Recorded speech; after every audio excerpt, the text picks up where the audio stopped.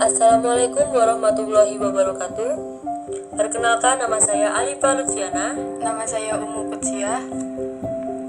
Kami dari kelas 12 IPA 4 SMA Negeri 2 Sampit akan mempresentasikan materi tentang distribusi peluang binomial. Setiap peristiwa akan mempunyai peluangnya masing-masing, dan peluang terjadinya peristiwa itu akan mempunyai penyebaran yang mengikuti suatu pola tertentu yang disebut dengan distribusi. Distribusi peluang didefinisikan dengan suatu fungsi peluang, dinotasikan dengan Px atau Fx yang menunjukkan peluang untuk setiap nilai variabel acak.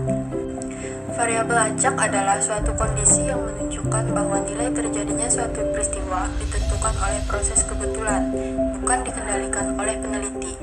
Variabel acak dapat dibedakan menjadi dua, yaitu variabel acak diskrit dan variabel acak kontinu. Variabel acak diskrit adalah variabel yang besarannya tidak dapat menempati semua nilai di antara dua titik, sehingga nilainya berupa bilangan bulat. Contoh dari variabel acak diskrit, misalnya, banyak anak pada sebuah keluarga dapat berjumlah 1, 2, 3 orang dan seterusnya, tetapi tidak mungkin berjumlah 2,7 atau 1,5. Jadi intinya variabel acak diskrit yaitu berupa bilangan bulat. Selanjutnya, variabel acak kontinu adalah variabel yang dapat dinyatakan dalam sebarang nilai yang terdapat dalam interval tertentu sehingga nilainya bisa berupa bilangan bulat maupun pecahan, atau pengukurannya dapat dibagi dalam bagian-bagian yang tak terhingga.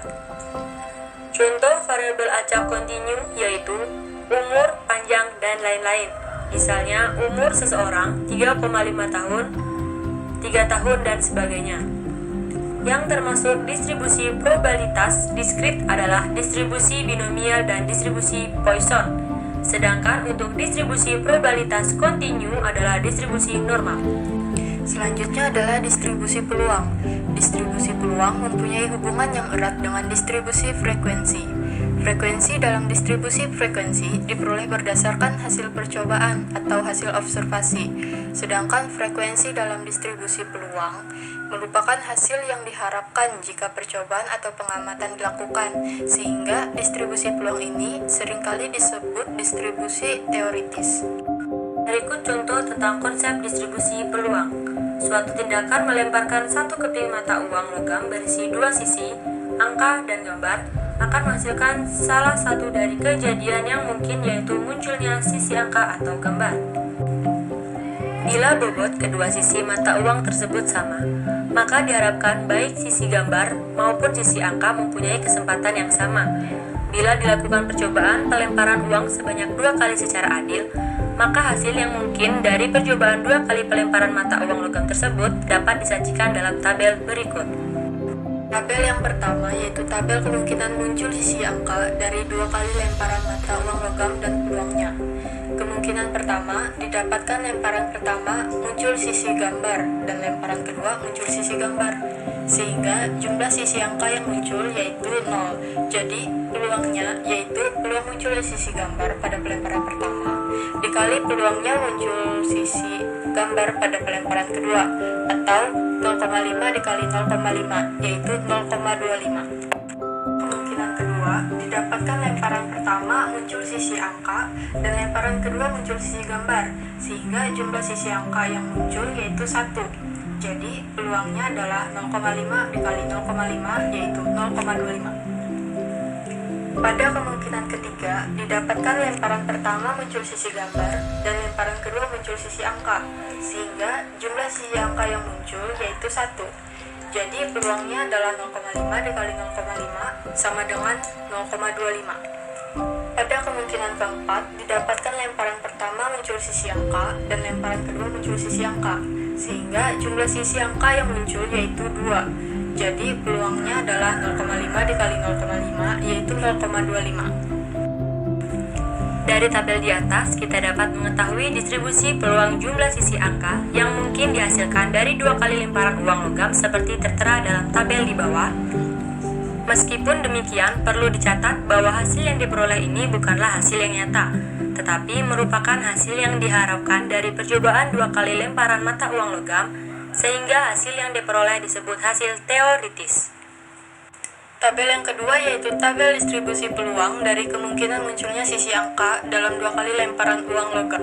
Jumlah muncul sisi angkanya 0 pada lemparan yang menghasilkan gambar-gambar, maka peluangnya adalah 0,25. Jumlah muncul sisi angkanya 1 pada lemparan yang menghasilkan angka gambar dan gambar angka, maka peluangnya adalah 0,25 ditambah 0,25 yaitu 0,5. Jumlah muncul sisi angkanya 2 pada lemparan yang menghasilkan angka-angka, maka peluangnya adalah 0,25. Selanjutnya, distribusi binomial. Distribusi binomial disebut juga sebagai percobaan atau proses dari Bernoulli. Johannes Bernoulli adalah ahli matematika dari Swiss yang berjasa dalam pengembangan penggunaan distribusi binomial. Ada pula ciri-ciri percobaan Bernoulli adalah setiap percobaan hanya menghasilkan dua kemungkinan yang saling meniadakan, yaitu sukses atau gagal.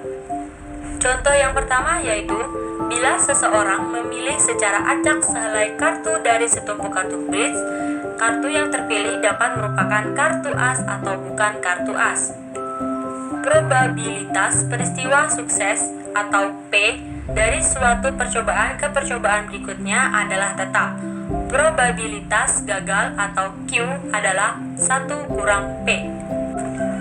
Contoh, bila kita hanya berminat untuk mengetahui apakah kartu yang terpilih merupakan kartu as atau bukan kartu as, maka kita dapat menyatakan peluang terambilnya kartu as adalah 4/52 yang disederhanakan menjadi 1/13, sehingga peluang terambilnya kartu bukan as adalah 1 kurang 1/13 sama dengan 12/13.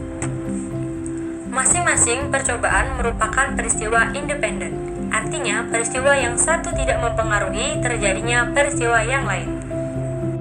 Formula binomial dapat dinyatakan sebagai berikut, yaitu B dalam kurung X, N, P sama dengan N kombinasi X dikali P pangkat X dikali Q pangkat N min X, di mana N kombinasi X sama dengan N faktorial dibagi X faktorial dikali N min X faktorial, dengan N adalah jumlah percobaan, X adalah jumlah sukses yang diharapkan, P adalah peluang sukses, dan Q adalah peluang gagal.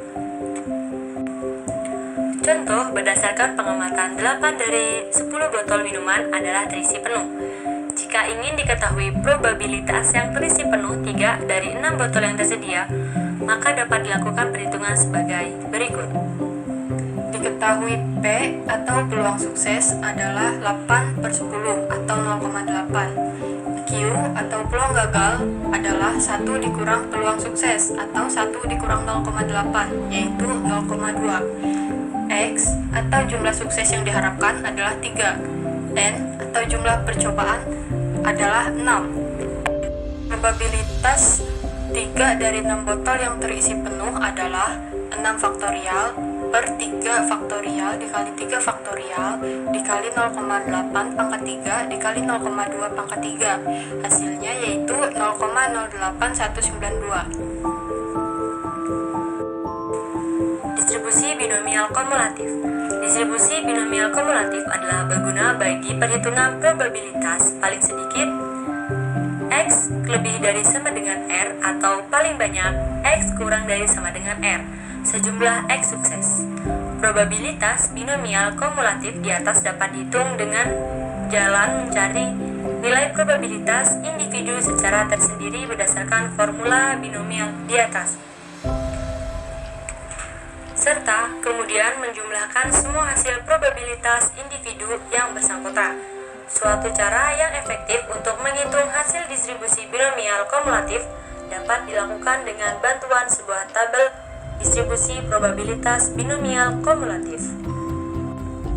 Selanjutnya yaitu rata-rata distribusi binomial dan standar deviasi distribusi binomial. Jika parameter N atau jumlah percobaan dan P atau peluang sukses telah diketahui, maka menghitung rata-rata distribusi binomial dapat dilakukan dengan mudah karena formula dari rata-rata distribusi binomial yaitu N dikali P atau jumlah percobaan dikali peluang sukses.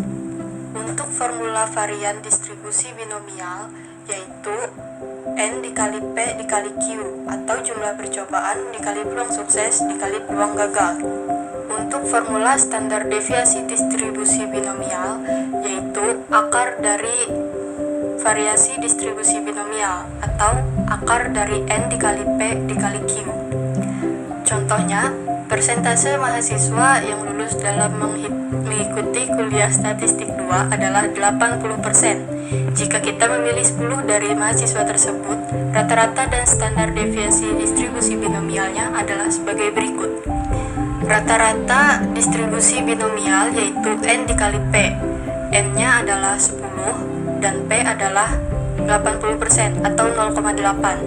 Jadi rata-rata distribusi binomialnya yaitu 10 dikali 0,8 adalah 8. Untuk standar deviasi distribusi binomial yaitu akar N dikali P dikali Q, yaitu N-nya sama dengan 10, P-nya sama dengan 0,8, dan Q adalah 0,2. Jadi standar deviasi distribusi binomialnya adalah akar dari 10 dikali 0,8 dikali 0,2, yaitu 1,625.